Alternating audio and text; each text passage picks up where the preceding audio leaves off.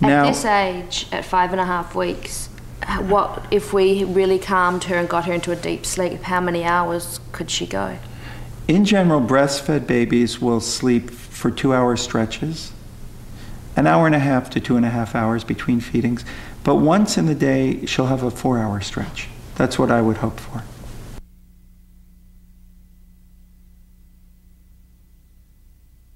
So they say that at some point they begin to progress beyond that, the need to be at that point. So yes. You're saying fight that for a little bit of time and just actually maintain during this rougher period. Right. Consider the first 3 months that she's still a fetus.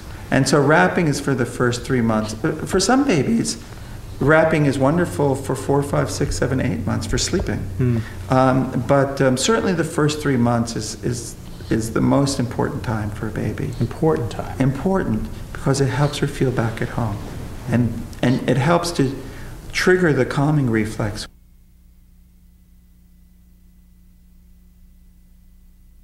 When she wakes up in the middle of the night, sometimes I can just give her the pacifier and she'll fall back to sleep. Do you have to feed them in the middle of the night, or? It's fine to skip a meal. And you're going to know what's right or wrong according to how your baby responds.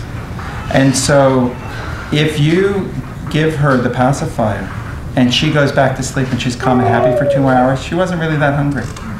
If she's really hungry, she's not going to take the pacifier. That's right, she'll cry. Yeah. She'll cry, and then you'll know, well, I can't get out of the feeding this time, I've got to do it. One of the wonderful things about the 5S's is that you'll see when she's swaddled, right away you'll get an extra hour's sleep between each feeding, because it will just help her stay into a deeper level of calmness.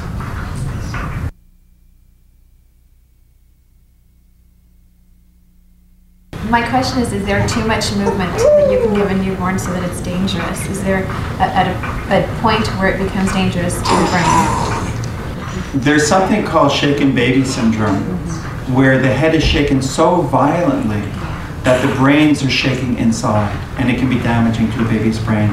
They also call that whiplash syndrome because the head is swinging back and forth vigorously. This movement that we're talking about here is really not shaking, it's jiggling. And it's exactly the motion that a baby had inside the uterus.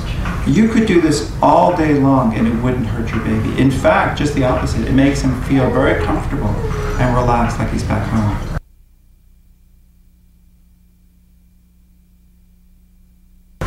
Now his nervous system, if it's too immature, the whole overstimulation thing again, is that bad for them then? The fact that, for example, I had my whole family here when he was first born, the first 2 weeks. And some people tell me that that's the reason, is that his nervous system went out of whack because there was too many people and too much going on. All of you, as you know your babies, learn what is calming for them and what's upsetting for them. Some babies get upset if there's too much commotion around them. Other babies do fine with that. So when you notice what it is that upsets Luke, then you avoid that. And if he's upset by crowds, then you're best to steer clear of crowds.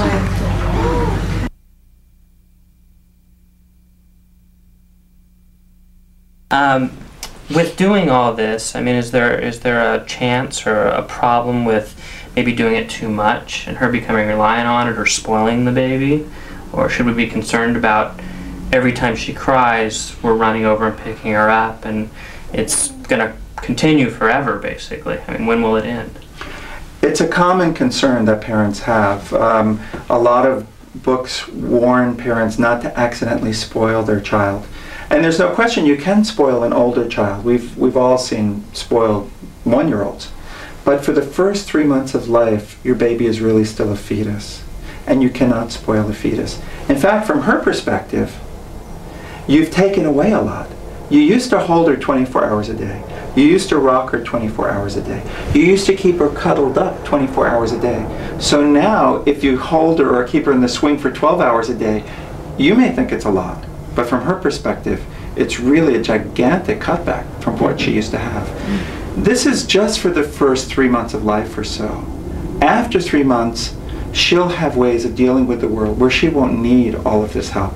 She'll be smiling, she'll be cooing, she'll be lifting up her head. She'll have ways of dealing with the energy of being stimulated in the world without having to cry. How, I know all these techniques work now. Now, will I be spoiling him if I keep doing this, and how do I actually get him to soothe himself if I'm the one soothing him all the time? You know, it's a good question because it's something that concerns a lot of parents. What I want you to remember is that when he was in the uterus, he was getting constantly jiggled. He constantly had that soothing white noise and was constantly cozy and cuddled. And once he's born, immediately you've removed 50% of the cuddling and the carrying that you do with him. For the first 3 months of life, he'll really benefit from lots of holding and lots of rocking and lots of white noise. And then after 3 months, he'll be ready, automatically, he'll be ready for you to do that less and less. I've never had a problem weaning a baby off of the wrapping and off of the noise and the movement once they're ready after 3 months.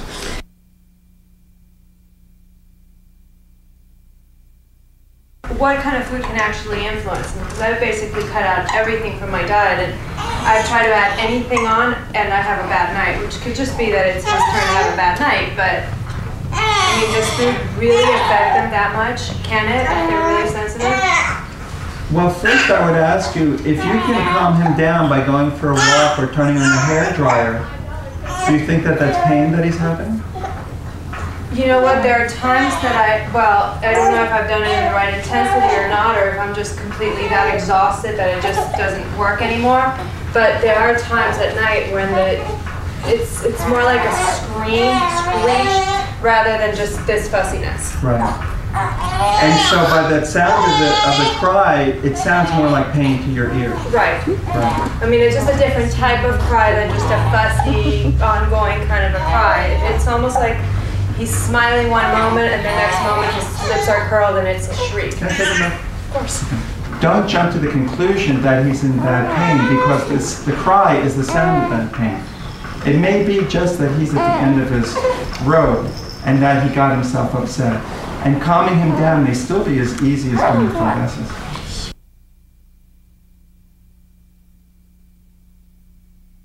One of the questions you asked about what causes gas also could be the diet.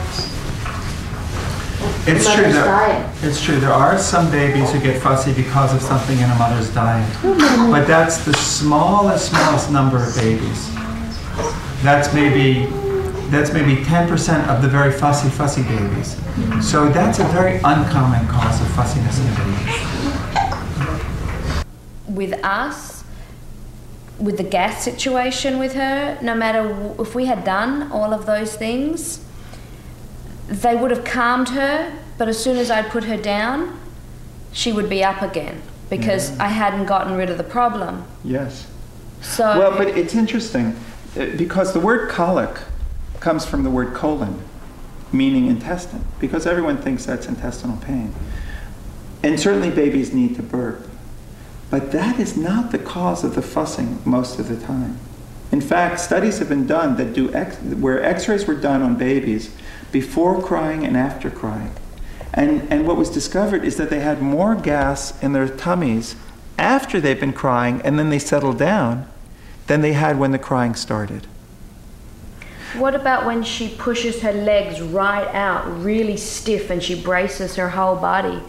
Isn't that her trying to tell us that she's got gas and she doesn't know what to do with it, and her body is stressed? Don't get me wrong, of course she'll have gas. And she'll try to strain to have a bowel movement. And sometimes when a baby eats, when the stomach fills, it sends a message to the intestines. New milk is coming, time to get rid of the poop, make room for the new milk. And so what happens, the intestines start to squeeze, and they often have a poop when they're eating. And some babies feel that squeezing as an uncomfortable feeling. So sometimes they do struggle a little bit, and you can see that in her face. But that will not make her cry for minutes or an hour. That's a very short period of time.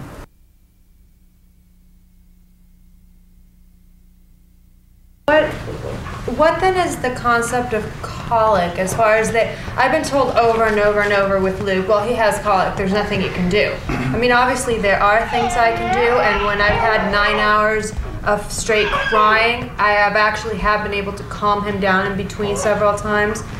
So what makes some babies more sensitive to being that way than others, is my question.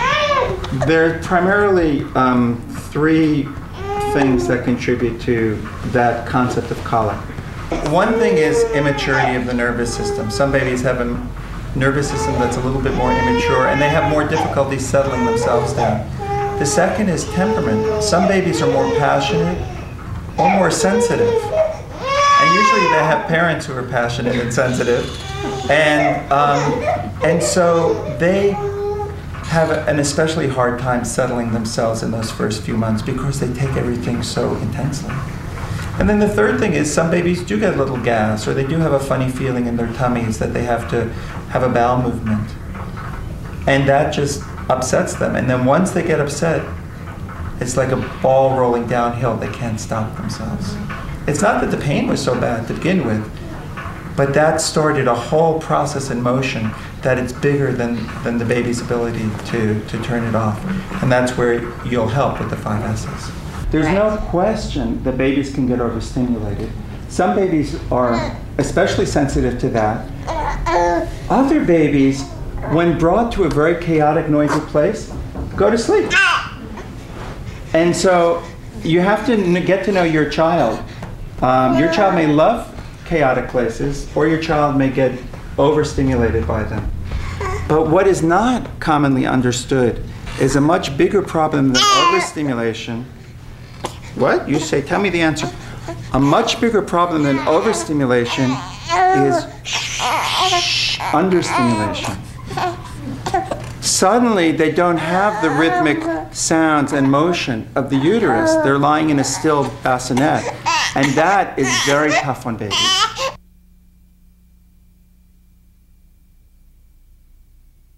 I have to pull over literally wherever I am. I don't care, even if it's on the freeway sometimes. It happened once. Get her out of her seat and just hold her and rock her. But why do they need that? Do they need the attention, or? What happens with babies, since their brains are immature, but their intensity is not immature. They're born with all the intensity of an adult, but without the maturity of an adult. And so once a baby gets upset, sometimes they have a hard time settling themselves down. So you stop the car and say, okay, let me take over now. And so you put her on your lap and you pat her, you rock her, you do the 5 S's to get her to settle down. Because once she is so upset, she can't help herself at that point. Even when a baby is asleep, they're still conscious to the world around them. Even when your baby was asleep inside of you, she was still aware of all those sensations. So it really shouldn't be any surprise that while she's sleeping at night, she's still aware of the world around her. And the soothing wrapping and the soothing hypnotic sounds can be a help to extend the period of her calm sleep.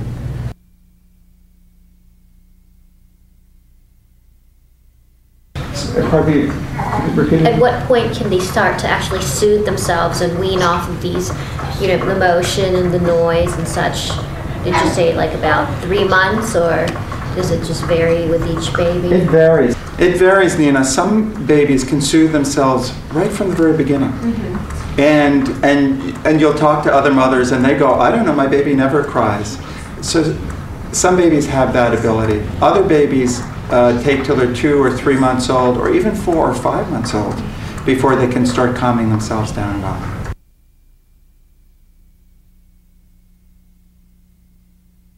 Would it be wise to take her out and swaddle her and then put her in the car seat? It's really best for her not to be swallowed in the car seat.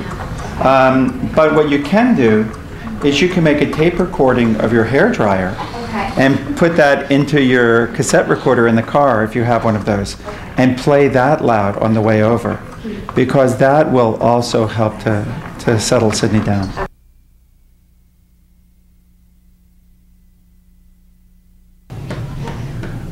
for a lot of babies, the sleep-in can be extended by wrapping and using white noise at night.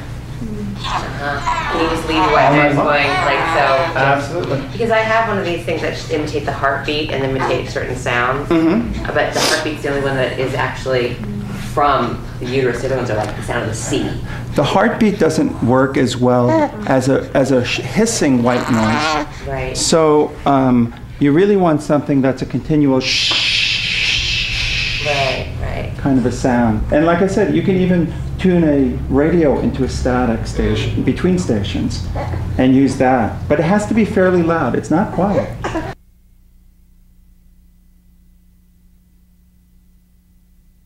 You haven't mentioned music. And everybody's pushing music in the nursery. Yes or no? I don't find that music is very helpful. White noise is helpful. Basically, the concept is to imitate the uterus. And the more you can imitate that, the more you're able to trigger this calming reflex.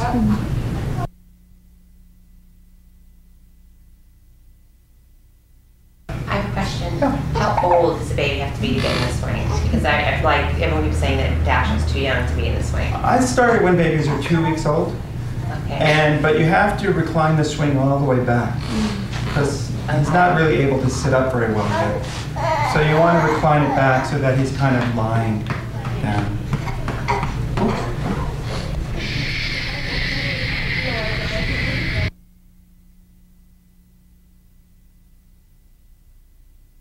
How long would you go at any one time in the swing? She could go hours in the swing. If she's happy, she could go hours in the swing.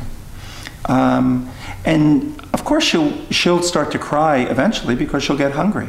The swing and the noise will not make her forget to eat. Right. But it will help her to stay comfortable for that extra half an hour until she's really hungry. If she's not wrapped, if she doesn't have the noise, she may be hungry in an hour and a half. And if she's wrapped and she has the noise and she's in the swing, that may go to 2 hours. And then she'll have a bigger meal. And in fact, she'll learn to eat larger meals and be able to go longer periods between the feedings that way as well.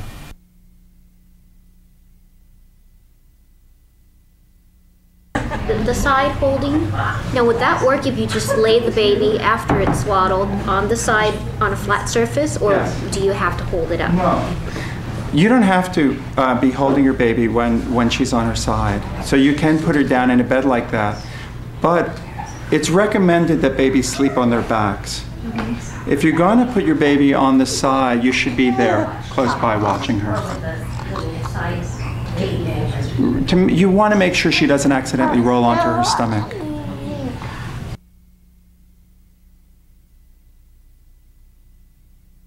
And I transfer her to him, maybe perhaps because of a different smell. She seems to wake up and is a little bit more alert rather than in a more of a hypnotized state. Do you think the smell plays a factor, the scent? What's so interesting is that Anissa can tell the difference. Even though she's asleep, she can tell the difference. Yeah, I from going noticed from that. one person to another. And she's asleep, but she's still aware of what's around her. So if she wakes up a little bit when you guys switch off, that's okay. Then yes, your husband will just start doing the 5 S's, do a little bit more jiggling or a little bit more shushing. Remember, the process is like dancing with your baby. So if she starts getting a little bit more awake, then you pick up the pace a little bit. And then as she falls back into sleep, We can slow it down. Exactly right. Yeah.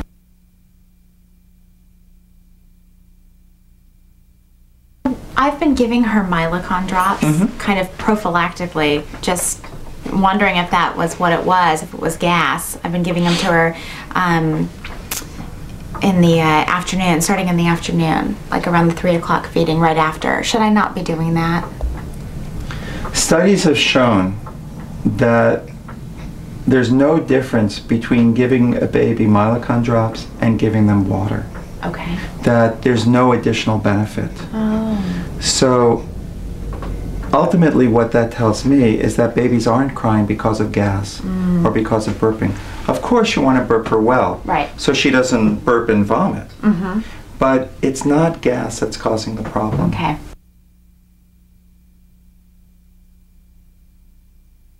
And is Is there a chance of her ever getting too hot? Let's say, you know, it's warm out, she's, you know, wearing pajamas, I swaddle her. Can she get too hot? Sure, she can get too hot. Okay. And that's a good question.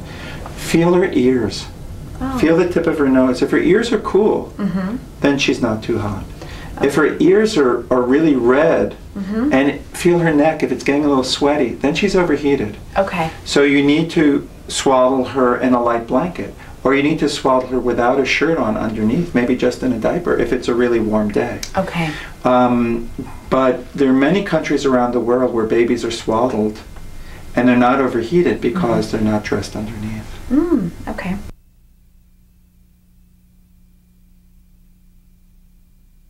So then when she's going down for a nap, let's say she's not fussy, but she's going to be taking a nap, does it make sense to go ahead and swaddle her? I would swaddle her whenever you want to settle her down. Okay. If she's fussy or if you want her to sleep.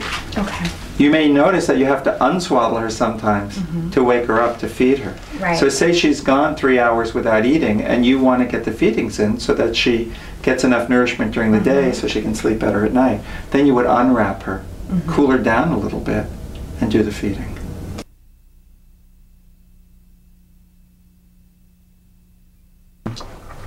What about, you're talking about the noises also that, you know, the noises in the womb. What about the bears that simulate the noise? Have you had any experience with those? Yes. Any type of white noise is a help. The bears that simulate the noise, you can tape record your vacuum cleaner, you can buy a white noise machine. Any of those things will be a help, as long as it's loud enough. And then as she calms down, you can turn it down to a quieter intensity. There are some babies who sleep well with the white noise. They sleep so well with the white noise that parents continue it for many months.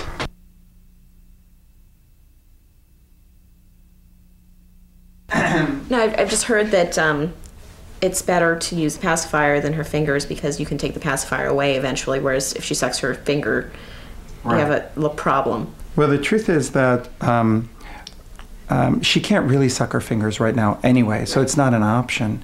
But after 3 or 4 months, when she does have better coordination of her hands, she will be able to suck her fingers, and then it is better for her to do that than sucking on a pacifier, because she'll be, when she loses the pacifier, she'll call for you for help, whereas if she can suck on her fingers, she'll always have them available to her.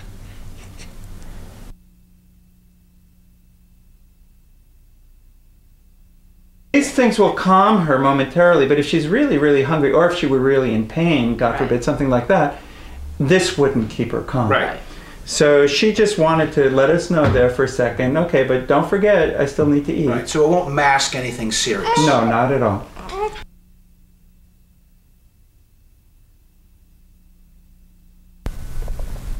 Regarding using the white noise and the swing, would you wait until she is upset and having problems settling down, or would you just preempt it and go into a sort of a pattern once or twice a day of using some of like the swing and things like that? The beauty of these techniques is that you can use them in any way you'd like. You can wait for her to get fussy and use them then. You can do it automatically in the late afternoon when you need time to get prepared for dinner, and you can also use it, say you want to go out and leave her with your mother and you want to make it the smoothest as possible for your mom. So you'll automatically use it so you avoid any chance that she's going to have a meltdown while you're away.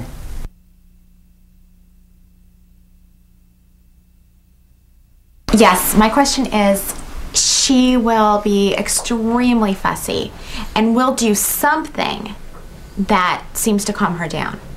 And she'll be happy, calm, maybe 3 minutes, and we're still doing it, and all of a sudden, out of nowhere, it's just this horrible scream again, like she's in pain. So I'm wondering why does she do that? If she's calm for 3 minutes and seems to be soothed, and we're still doing what we're doing, why does she all of a sudden start again? And could that be that it is gas and her stomach's starting to bother her?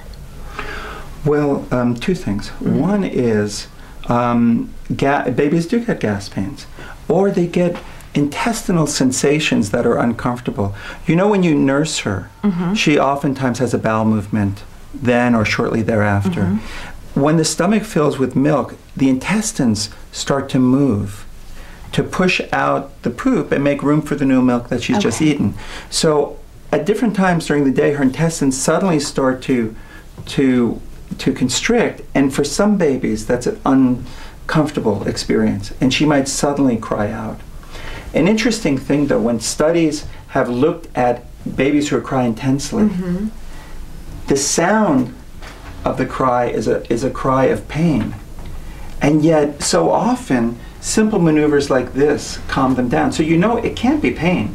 If she's screaming and then you pick her up and you bounce her vigorously and she calms down, you know it couldn't really be serious pain for it to pass that quickly. Right. So while yes, there are uncomfortable sensations, or she suddenly startles herself, when you can settle her down quickly, that's reassurance for you that it's not anything that's serious. Okay.